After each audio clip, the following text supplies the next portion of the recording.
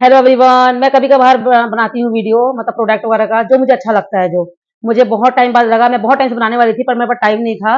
तो मैं फ्री हूँ आज, तो मैं आपको बताती हूँ कि मुझे कौन सा सबसे बेस्ट लगा। जैसे लोग बोलते हैं, मतलब हर कोई ऐड करता है कि ये इसमें ग्लो है, इसमें ग्लो है। ग्लो किसी में भी नहीं आता ढंग से, हम सब यूज करके देख चुके हैं। बट मुझे जो रियलिटी में ग्लो मिला है, वो मुझे इस प्रोडक्ट से मिला है, जो है सिरोस्की का ग्लो अप जस्ट, है ना। इसका जो रिजल्ट है वो A1 है।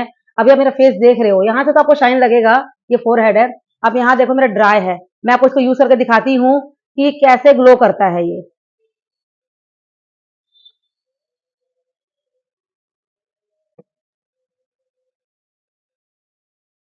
इसका लगाते ही जो ग्लो है ना, थोड़ा पहले व्हाइट व्हाइट लगेगा, मतलब एक दो, मतलब 30 सेकंड कुछ ऐसे के लिए। तो ये सिरोस्की का ग्लो अप बहुत ही अच्छा है, मतलब बेस्ट है, बेस्ट।